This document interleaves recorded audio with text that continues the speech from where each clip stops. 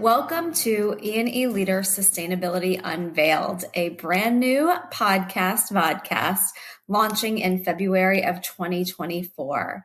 In this inaugural episode, we dive into a compelling conversation with Marissa Rosen, founder of Climate Social, as she shares insights on navigating the complex world of sustainability and environmental advocacy for her clients.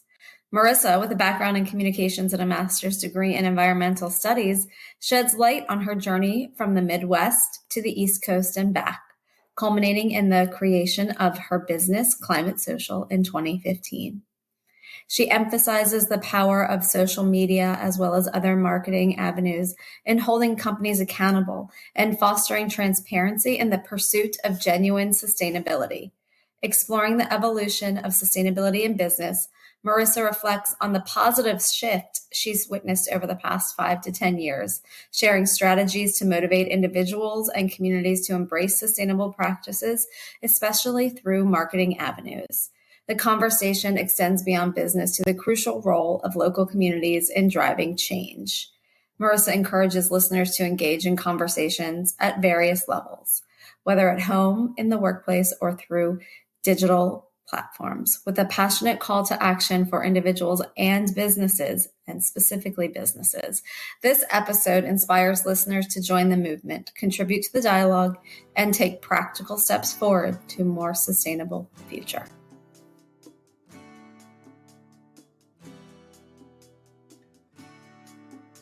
I have the pleasure today of sitting down with a pioneer in sustainability marketing, helping businesses grow and continue on their path to a more sustainable future. My name is Jessica Hunt, and I am going to be your podcast host as one of the co-owners of Environment+Energy Leader. So welcome to Sustainability Unveiled, and welcome, Marissa. I am so thrilled to be able to work together and have you as our first speaker to officially kick off this new podcast. Thank you so much, Jessica. Pleasure to be here with you today. How are things in Pittsburgh? Things are snowy today. It's January, so it's been a cold year. It's been nice, but I'm looking forward to that warmer weather as well. Yes, I definitely understand that. And I do want to thank you for being on with us. I know we could spend hours upon hours and days talking about sustainability, but let's just dive right into the birth of Climate Social in 2015. So really, how did your background prepare you for changing the dynamics in this field of sustainability and marketing? Well, thank you so much for, again, having me here today. It's been an adventure. I did start Climate Social in 2015, and before that had an undergraduate and career in communications, and then worked in higher ed at the University of Pennsylvania. So I took that opportunity to further my education and get a master's in environmental studies. And at that point in time, I came out of this program in 2012. It was really when digital marketing was starting to rise to the scene. Companies and individuals were getting set up on LinkedIn and Twitter and beginning to use these tools for business. And so I was fortunate to be able to pivot then and start my career path into what it is now. And so what I still do is helping companies to really find their voice, to advocate, to tell their mission and their story to their stakeholders and consumers. And, why is that important? And these digital tools have been advancing over the past decade, but we're still using the same core tools of, having that website, having your digital presence on LinkedIn and Twitter. And I've been helping dozens of organizations to be able to understand and best utilize these platforms to really get their voice out there and to have a voice in the marketplace and to tell, their sustainability journey and about the good work that they're doing. Which is wonderful. And marketing is such a big part of any business. And with the world that we live in, sustainability is at the forefront of that. So I know you have worked with a lot of organizations when it comes to preparing them for questions their consumers might have or stakeholders might have. Can you talk a little bit, just because it's been in the news so much more frequently today, any type of accusations about greenwashing, or, as we were preparing for this conversation, you mentioned the term green hushing. So I'd love to hear a little bit more about that. Sure. We've heard that term greenwashing for so long. It's when companies want to put forward the image that they are so sustainable, but in fact, they might not be as green as the consumer is led to believe. And now we're actually seeing the reverse of that trend, which is a term that my client South Pole coined last year with the release of one of their net zero reports, green hushing. So it's the opposite effect of that. It's when companies are in fact doing a lot of work. They are working on decarbonization. They are trying to decrease their footprint and work towards net zero. However, they feel that for one reason or another, they are not able to be so vocal about it. And that has to do with pressure in the political environment that we see, and them just not wanting to stick their neck out there so much for fear of backlash, for fear of scrutiny of what they're doing, because maybe they aren't quite perfect yet, but they are working towards their better goals. And so if they're not where they see themselves as being quite perfect yet, they might just be green hushing. So at this point in time, we really need companies to be able to be more loud and proud about the work that they're doing. If they are taking those steps, if they're leading in their industry and trying to find those ways to green their supply chain, to move to renewables, to help offset, to just ensure that they are following best practices and hiring more diverse employees. It's great to be proud and vocal about it. And so companies should be using those opportunities as PR moments and using them to their advantage and helping to push forward the movement inside of their industry and inside of business.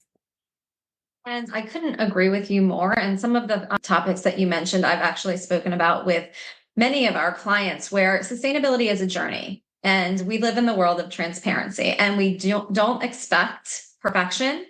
And I think when companies can show that they really are on a journey, that they are making changes based on the data that they are collecting to make their companies more sustainable, or really focus on renewables in their sector, I think the company will go a long way with consumers and with stakeholders. And being transparent is better than not. And as long as clients see that, I think that we're all on the right journey. And that's where the tools of communications and marketing are so important as well. Being able to tell your story, tell your journey on your website, and your leaders as your advocates, so that their networks can be made aware of what you're doing and how you're, moving forward, and what you're doing to progress sustainable business. I know a couple examples that E&E Leader recently wrote about over the past year included the Asheville, North Carolina-based Wicked Weed Brewing Company, as they were the first craft brewery in the US to actually use that standardized recycling label from the How to Recycle program. And then I know another one that we had talked about, Jessica, was how Robbie and Ellie at Norton Point has created the first eyewear brand out of ocean plastics. And so those innovators really are, taking a stance, using some of those tools that already exist. We know that ocean plastics are a huge problem, for example. We know that recycling is a big problem. So how can business actually address these issues and make it a win-win to help us clean up the supply chain and use those materials that are already in existence and create new products that consumers really want? Yeah, no, I mean, circularity and, putting products back into use in different methods. That's something that, I think quite a few companies that I have worked with are really, really jumping into and pushing for advancement in. And, you mentioned it taking a risk, and without risk, the way I look at it is it's very hard to grow if you don't take risks. And by these companies taking the risks and really showing their network that they are growing, and that they are really taking the time to analyze the data to figure out what they can do at the company level to move into a more sustainable business, is something that I know I, as not just a business owner but consumer, really do look at and appreciate. Consumers are paying more attention, and they really are supporting companies that are at the forefront of these movements. The companies that are boasting on their labels, not in a greenwashing way, but that are legit using renewables, that are using recycled materials, that are not using toxins in their products. Those are things that I look for when I go to, Target, for example, and I'm shopping for care products for my family. I'm going to look for those things, and I'm going to support. It might be a tiny bit more expensive, but I'm going to support those companies that I know are truly practicing sustainable business. And we've seen in report after report that the younger consumers, the next generation, particularly females, and just a larger percentage of shoppers these days in the US are looking for companies that are mission driven and forward and loud and proud about their sustainability initiatives. That's true. And I know one of the things that we've talked about as being mothers is really setting an example too, for the next generation, not just the people that we work with today, but it's important. I talk to my kids about sustainable practices. We practice, recycling. We have solar power, on our roof. So we are generating a ton of energy for our, us to use. It was a big question to them. Why are we putting solar on our roof? Why aren't we just going to pay, for power? So it's these teachable moments that are going to transcend the next generation. Absolutely. Yeah, and it's starting younger and younger. As you and I've also talked about, our students, our kids, and their public schools are teaching climate change. They're teaching sustainable living habits that were not a part of our curriculum when we were younger.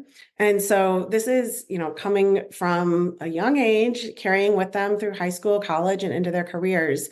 And so this is just, the way of the next generation, but in a positive way. Definitely a positive way. Well, again, I know we could talk about so many different topics on here, but I want to jump into sustainable leadership practices and how there is such an urgency for it. And I know you work, we talked a little bit about your work with the WBCD. And so how has your experience working with this organization really helped prepare strategies for smaller and medium-sized businesses who might not necessarily have all of the resources, but really do want to make their presence known as a sustainable company? Sure. Thank you for that question. One of my longstanding clients is the WBCSD, the World Business Council for Sustainable Development. They're a nonprofit of about 200 plus global corporations that are multinational, and it's a CEO-driven initiative. So they're focusing pre-competitively on specific areas such as forestry and in the tire industry and different places where companies can come together and share their best practices. So what we're also doing is helping to tell the stories, share the reports, share the research and the knowledge that's coming out of what the companies are doing together. And so that's great, practices that are accessible publicly that can help small to medium-sized businesses as well, particularly as they are important as they are the supply chain. So most clients of Climate Social tend to be that small, medium-sized business that are either the service providers or the innovators. I work with companies that are helping those corporations to implement on their ESG strategies and reporting and disclosures and what they must be doing in that space. Then I'm also working with companies in the EV tech, carbon tech, ag tech space that are coming up with really new and innovative solutions that they can use in the supply chain that the corporations really need to be turning to. And it's been a great journey for me of Climate Social to be able to understand what these different organizations across industries are doing.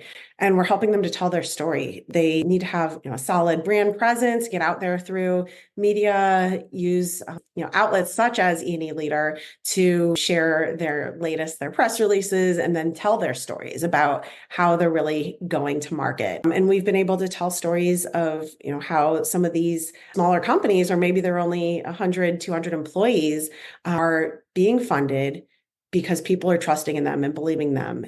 And then they're going to work and to become part of the global supply chain with the corporations. So it starts from square one, and communications and marketing is part of that story, part of that journey.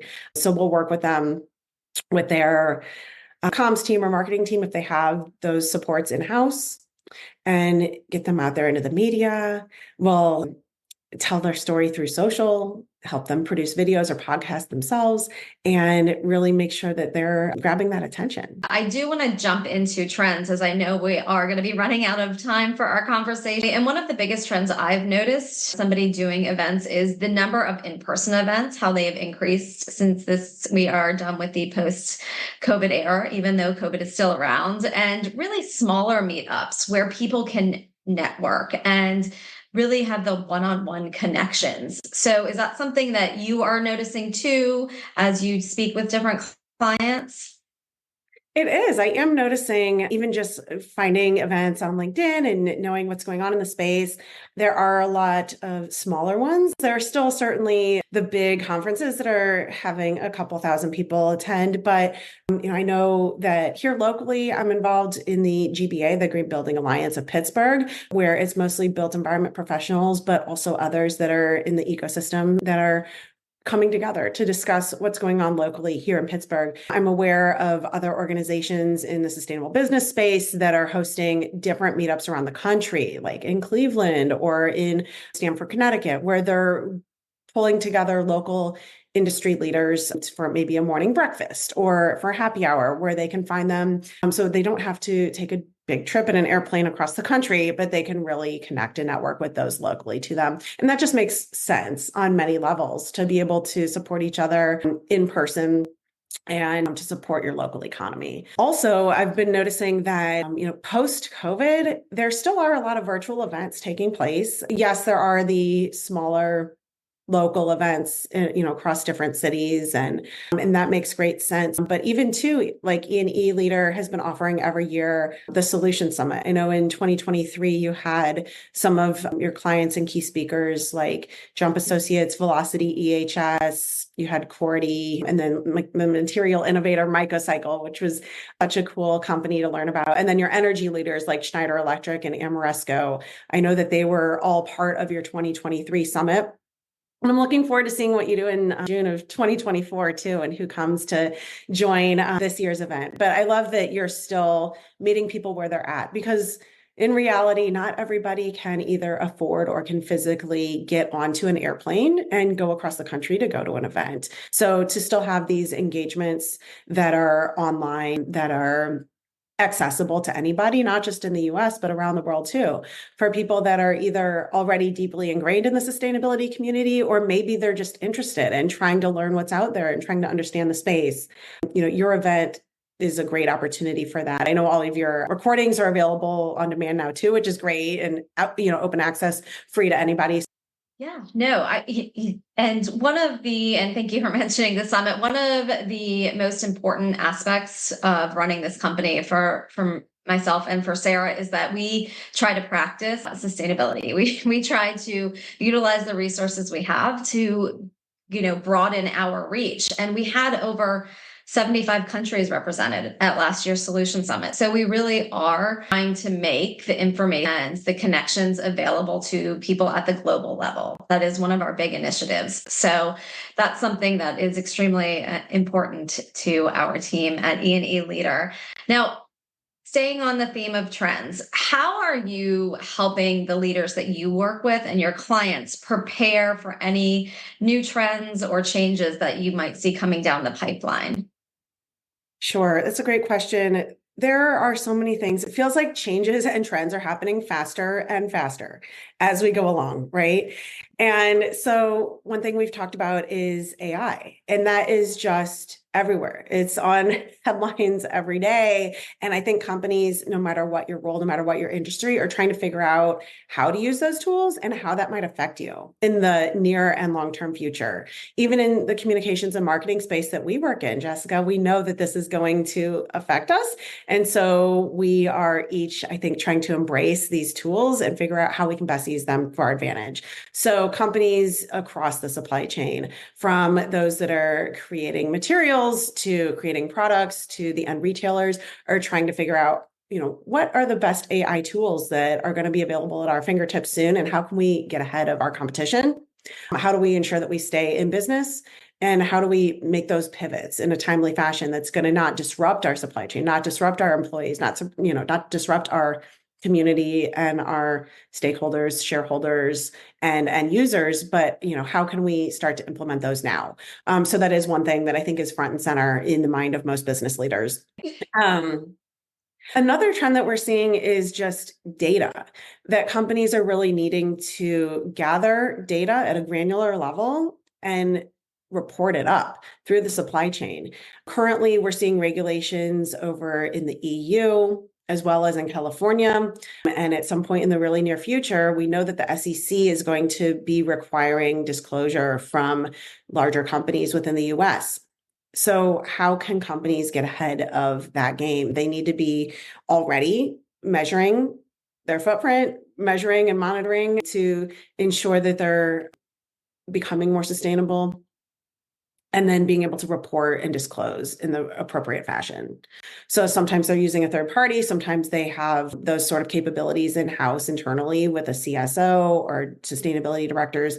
But it is certain that if you're not already on that path and following that journey to become a more sustainable business and talking about it, disclosing your metrics, you will be required to do so in the not too distant future. No, those are the trends that I'm seeing as well. And a question that comes up frequently when I have discussions with clients or just listeners on different webinars that we run is companies don't know where to start sometimes. Sometimes the data just seems so overwhelming and the tasks seem so overwhelming. And the consistent theme and the consistent piece of advice that professionals give is just start. Start somewhere. What is your why? What is your company's why? What is important to your stakeholders? Now, this could be shareholders, as we mentioned before, employees, customer base. What's important to them, and really focus on one or two action points to collect data on, and then move from there. Because it's better to start small than not start at all. Right. Excellent. Excellent. Well, I know we are going to be finishing up this conversation soon, and I really would love to hear any advice, you have for the next generation coming up. We did touch a little bit about it, how kids are learning these days, sustainable practices, the impact that climate change and the impact that their specific decisions have on the planet. But, what advice do you have for them? And then I would love to know what piece of advice you would give to your 18-year-old Marissa. Thank you. Those are great questions. And believe it or not, I've been having this question a lot lately. I just joined on LinkedIn this open door climate movement, hashtag open door climate, and take a look at it.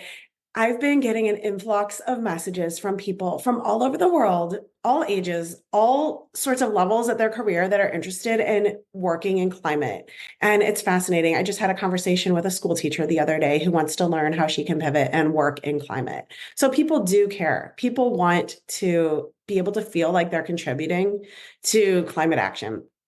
And no matter what that professional career path might look like. So, but now I'm finding, it really does start younger. Even at the public high school in the district that my children are in, they're integrating SDG curriculum into their business school, into the business classes they have there. So it is starting at a younger age, and it's really great. They're taking the high schoolers and working with companies here locally to bring them to site, and so that the sustainability leaders can even talk to the students about what they're doing and how they're impacting the SDGs. So that's one example. So students now also have greater opportunity if they choose to go to a four-year school.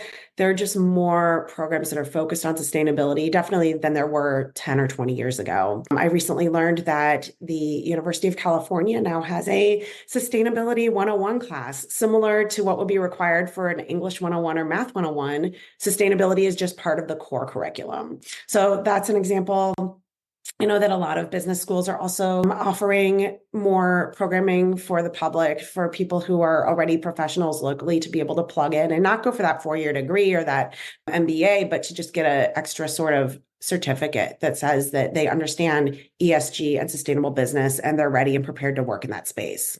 So whether that's the 18-year-old looking at opportunities or the working professional who wants to pivot and get into working in sustainability, there's definitely so many more opportunities now. And I'm sure that there will continue to be more and more opportunities as time goes on.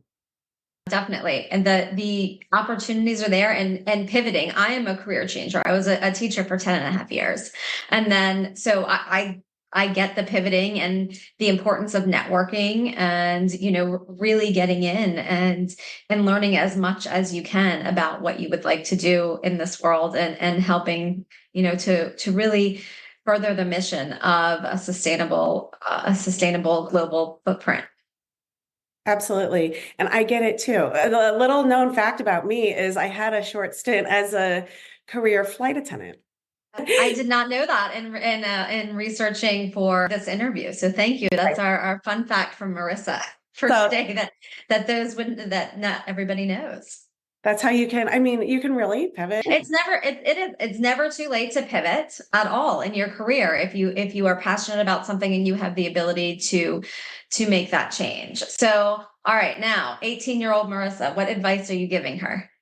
Oh my gosh, I would say continue to follow your heart. Honestly, I always was interested in the environment and sustainability. I didn't even know that word at the time when I was 18 years old. But when I did my undergrad in communications, I did a minor in bio because I just was so passionate about science and the environment. Later on wound up in this career path. But I think it is still follow your heart, and you can still follow your path in sustainability no matter what. You can work as a doctor and you can work in public health and you can still be advocating for sustainable practices within your practice. You can work in law. You can work in any career field.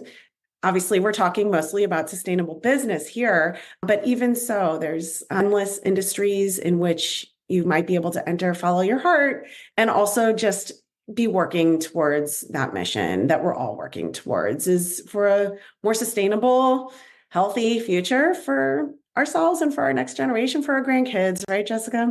Yeah, no, I couldn't agree more. And I think I can't underscore the importance of networking. Utilize LinkedIn to your advantage. Really get out there, create a profile, make those connections, seek mentorship opportunities. That's something that pretty much every expert and industry leader that I've worked with over the past 4 to 5 years has told me is we want to mentor the next generation. We want to provide, a space where we can teach and help that next generation grow and, really make connections in their own network, but expand so that they can be where they want to be. They can have the job they want to have.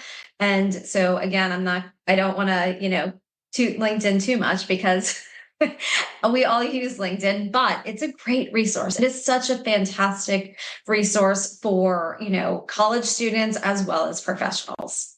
Absolutely. And that is honestly what I do every day, is to help people to improve their presence on LinkedIn, to figure out how to put your best foot forward, how to use those tools to network, how to post, how to talk about the accomplishments that you have or what you're working towards, or even ask questions that you have on posts or to others in direct messages. How can you best use that tool? So I am the hugest advocate. I'm the biggest advocate of LinkedIn and the tool that it is. It really is. Pretty much everybody is on it these days in the business world. If I'm trying to find somebody, 95% chance I can find them on LinkedIn and I can reach directly out to them and pick up a conversation. So for that 18-year-old who's trying to explore what their career path might look like, or even figure out what steps they should take if they're going to college and have a desire to work in sustainability, using that tool of LinkedIn to be able to find people that work at different companies that align with their interests and reach out and send them a message. And, oftentimes people really will be accepting and want to help others, want to help the next generation. They'll be happy to have a quick chat with you and lend some advice.